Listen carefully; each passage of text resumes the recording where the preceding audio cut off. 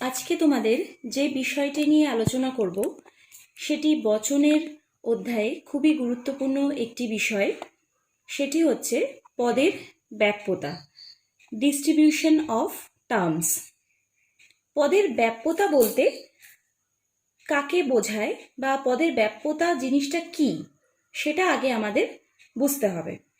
দেখো, এখানে তোমাদের বোঝানোর জন্য আমি কতগুলো কথা বা পদের ব্যাপ্যতা বলতে কি বোঝানো হয়েছে সেটা আমি এখানে লিখেছি। তোমরা এটা ভালো করে দেখো। পদের ব্যাপ্যতা হলো ব্যাপ্য পদের ধর্ম। পদের ব্যাপ্যতা হলো ব্যাপ্য পদের ধর্ম। যখন কোনো পদ তার সমগ্র বাচ্যার্থকে বুঝিয়ে থাকে তখন তাকে ব্যাপ্য পদ বলা হয়। আমি আবার বলছি, পদের ব্যাপ্যতা হলো ব্যাপ্য পদের ধর্ম। যখন কোনো পদ তার সমগ্র বাচ্যার্থকে বুঝিয়ে থাকে তখন তাকে ব্যাপ্য পদ বলা হয়। When a term denotes all of its denotation, it is called distributed. অর্থাৎ যখন একটি পদ তার সমগ্র বাচ্যার্থকে বোঝায় তখনই তাকে ব্যাপ্য পদ বলা হয়। বাচ্যার্থ বলতে কি বোঝায়? এখানে তোমরা একটা নতুন শব্দ পাবে। কতগুলো নতুন নতুন শব্দ এখন তোমরা এখানে দেখতে পাচ্ছ। বাচ্যার্থ, ব্যাপ্য, সেগুলো আমি এক এক করে তোমাদের বলবো। প্রথমে বলি বাচ্যার্থ কাকে বলে। বাচ্যার্থ বলতে পদবাচ্য ব্যক্তি বা বস্তুকে বোঝায়। বাচ্যার্থ বলতে পদবাচ্য ব্যক্তি বা বস্তুকে বোঝায়। কোনো পদ উচ্চারণ করার মাত্র পদটি যে অর্থকে বুঝিয়ে থাকে সেই অর্থই হলো পদটির বাচ্যার্থ। আবার বলছি, বাচ্যার্থ বলতে পদবাচ্য ব্যক্তি বা বস্তুকে বোঝায়। কোনো পদ উচ্চারণ করা মাত্র পদটি যে অর্থকে বুঝিয়ে থাকে সেই অর্থই হলো পদটির বাচ্যার্থ। নিচে দেখো, আমি একটা উদাহরণ দিয়ে তোমাদের বুঝিয়েছি। যেমন, মানুষ এই পদটি উচ্চারণ করলে সর্বকালের সব মানুষকেই বোঝায়। মানুষ এই পদটি যখনই আমি উচ্চারণ করলাম তখন সর্বকালের সব মানুষকেই আমি বোঝাবো। কোনো পদ যে শ্রেণীকে বোঝায় যদি পদটির দ্বারা সেই শ্রেণীর অন্তর্গত সমস্ত বস্তু বা ব্যক্তিকে বোঝায় তাহলে পদটি ব্যাপ্য হবে। তাহলে প্রথমে আমি দেখলাম বাচ্যার্থ, অর্থাৎ একটি পদ যখনই আমি উচ্চারণ করি তখন সর্বকালের সমস্ত শ্রেণীর কথা যখন বোঝানো হয় তখন সেই পদটিকে বলা হয় বাচ্যার্থ। এবার দেখো, এবার আমি ব্যাপ্য পদ সম্বন্ধে তোমাদের বলবো। কোনো পদ যে শ্রেণীকে বোঝায় যদি পদটির দ্বারা সেই শ্রেণীর অন্তর্গত সমস্ত বস্তু বা ব্যক্তিকে বোঝায় তাহলে পদটি ব্যাপ্য হবে। আর যদি সমস্ত বস্তু বা ব্যক্তিকে না বুঝিয়ে কয়েকটি ব্যক্তি বা বস্তুর সম্বন্ধে যদি প্রযোজ্য হয় কথাটি তাহলে পদটিকে বলা হয় অব্যাপ্য পদ। যেমন, যদি আমি বলি সব ফুল সুন্দর, তাহলে এখানে সুন্দর কথাটি সমস্ত ফুল সম্বন্ধে স্বীকার করে নিয়েছি, তাহলে বলতেই হবে ফুল এই পদটি ব্যাপ্য পদ। এবার অব্যাপ্য পদ কোনটা? যদি আমি বলি কোনো কোনো আম হয় টক, তাহলে আম এই শ্রেণীটি সমস্ত শ্রেণী থেকে খানিকটি শ্রেণীকে আমি বেছে নিলাম, অর্থাৎ কোনো কোনো আমের কথা বলা হলো। সব আমকে না বলে কোনো কোনো আমকে বলায়, আর টক এটা স্বীকার করে নেওয়ায় খানিক আংশিক সম্বন্ধে এটা স্বীকার করে নিয়েছি বলে এটাকে বললাম অব্যাপ্য। তাহলে সমস্ত যদি আমি স্বীকার করি বা সব এই পুরো শ্রেণীটাকে যখন আমি স্বীকার করব তখন সেটা হয়ে যাবে ব্যাপ্য পদ। আর যদি সেই শ্রেণীটির আংশিককে আমরা স্বীকার করি তখন সেটাকে বলা হয় অব্যাপ্য পদ। তাহলে এটা বোঝা গেল কোনটা ব্যাপ্য আর কোনটা অব্যাপ্য।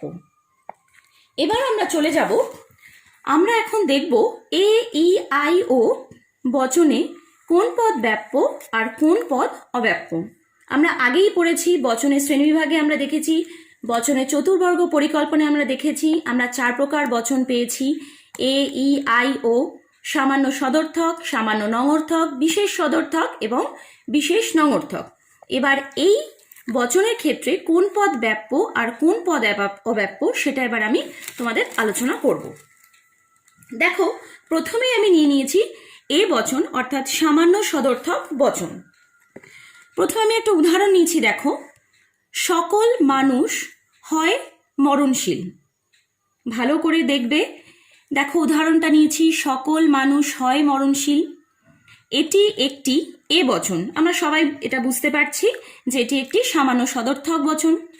এর উদ্দেশ্য পদ মানুষ, যেটা ব্যাপ্য, কেননা মরণশীলতা ধর্মটি সকল মানুষ সম্বন্ধে স্বীকার করা হয়েছে। প্রথমে দেখো উদাহরণটা ভালো করে লক্ষ্য করো, সকল মানুষ হয় মরণশীল। এখানে প্রথম পরিমাণকটাকে দেখো, সকল অর্থাৎ মানুষের আগে সকল বসানো রয়েছে, সকল মানুষ সম্পর্কে স্বীকার করে নেওয়া হয়েছে। তাহলে মানুষ হয়ে গেছে ব্যাপ্য, সকল মানুষ সম্বন্ধে এটাকে স্বীকার করে নেওয়া হয়েছে, অর্থাৎ মরণশীলতা এই ধর্মটি। বিধেয় পদ মরণশীল, এটি কিন্তু ব্যাপ্য নয়। কেন? কারণ সকল মরণশীল জীবের কথা এখানে বলা হচ্ছে না। কারণ কি হচ্ছে? কারণ এখানে শুধুমাত্র আমি জীবের মধ্যে শুধুমাত্র মানুষের কথা বলেছি। মানুষ ছাড়া এখানে আরো অনেক প্রাণী আছে, যেমন বাঘ, সিংহ, পাখি, অনেক কিছু রয়েছে, কিছু পশু রয়েছে, পাখি রয়েছে, তাদের কিন্তু মরণশীলতার কথা এখানে আমি স্বীকার করলাম না, শুধুমাত্র মানুষ শ্রেণীটাকে আমি স্বীকার করেছি। দেখো এখানে আমি লিখেছি মানুষ ছাড়া অন্যান্য প্রাণীদের কথা বলা হয়েছে, অর্থাৎ এখানে মানুষ ছাড়া অন্যান্য প্রাণীদের যেহেতু আমি স্বীকার করিনি, অতএব এটা অব্যাপ্য হয়ে গেছে। আমি আবার এই জায়গাটা একবার বলে দিচ্ছি, মরণশীল জীবের কথা এখানে বলা হচ্ছে না, সকল মরণশীল জীবের কথা এখানে বলা হয়নি। প্রকৃতপক্ষে মরণশীল জীবের কিছু অংশের কথা এখানে বলা হয়েছে, মানুষ ছাড়া অন্যান্য প্রাণীদের কথা এখানে বলা হয়েছে যারা মরণশীল। অতএব এ বচনের উদ্দেশ্য পদ ব্যাপ্য হয়, কিন্তু বিধেয় পদ অব্যাপ্যই হয়। হলো, এটা হচ্ছে এ বচন। এবার আমরা চলে যাব ই বচন অর্থাৎ সামান্য নঙর্থক বচনের ক্ষেত্রে। দেখো এখানে একটা উদাহরণ দিয়েছি, কোনো মানুষ নয় অমর, এটি ই বচন। এখানে মানুষ পদটি সবকালেই গ্রহণ করা হয়েছে। অমরতা ধর্মটি সব মানুষের সম্বন্ধেই অস্বীকার করা হয়েছে। অতএব মানুষ পদটি ব্যাপ্য, ঠিক তেমনি বিধেয় পদটিও কিন্তু ব্যাপ্য, কারণ অমর পদটির সব কিছুকেই এখানে গ্রহণ করা হয়েছে, যে তাদের কেউই মানুষ নয়। মানুষ ও অমর এই দুইটি শ্রেণী সম্পর্ক রূপে পরস্পর বহির্ভূত। ই বচনে উদ্দেশ্য ও বিধেয় দুটি পদই ব্যাপ্য হয়। আমি আরেকবার বলছি, দেখো এখানে দুটো পদই ব্যাপ্য হয়েছে, কারণ অমর পদটির সবটুকুকেই এখানে গ্রহণ করা হয়েছে, যে তাদের কেউই মানুষ নয়।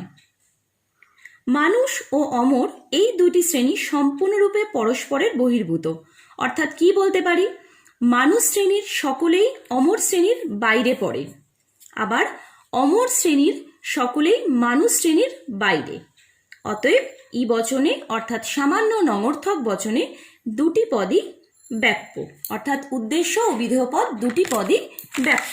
এবার আমি চলে যাই আই বচন অর্থাৎ বিশেষ সদর্থক বচনের ক্ষেত্রে। দেখো এখানে আমি একটা উদাহরণ দিয়েছি, কোনো কোনো মানুষ হয় স্বার্থপর, এটি একটি আই বচন। এখানে আমরা পরিষ্কারভাবে বুঝতেই পাচ্ছি যে উদ্দেশ্য পদ অব্যাপ্য, কারণ এখানে খানিক অর্থাৎ মানুষ শ্রেণীর আংশিক মানুষ সম্পর্কে এখানে স্বীকার করা হয়েছে। মানুষ শ্রেণীর আংশিক অংশকে এখানে আমরা ধরে নিয়েছি, তাই এটি অব্যাপ্য। কেননা এখানে সকল মানুষের মধ্যে স্বার্থপরতা আছে তা বলা হচ্ছে না, বলা হচ্ছে কয়েকজন মানুষের মধ্যে এই স্বার্থপরতা স্বভাবটি রয়েছে।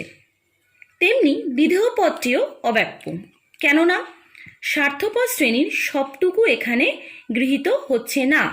আমি আরেকবার বলছি, এখানে পরিষ্কারভাবেই দেখা যাচ্ছে উদ্দেশ্য পদ কিন্তু অব্যাপ্য, কেননা এখানে সকল মানুষের মধ্যে স্বার্থপরতা আছে তা কিন্তু বলা হচ্ছে না, অর্থাৎ সব মানুষই কিন্তু স্বার্থপর নয়, বলা হচ্ছে কয়েকজন মানুষের মধ্যে স্বার্থপরতা আছে। মানুষ শ্রেণীর অংশ বিশেষকে এখানে নেওয়া হচ্ছে বলে উদ্দেশ্য পদটি অব্যাপ্য। আমি আবার বলছি, মানুষ শ্রেণীর অংশ বিশেষকে এখানে নেওয়া হয়েছে বলে উদ্দেশ্য পদটি অব্যাপ্য।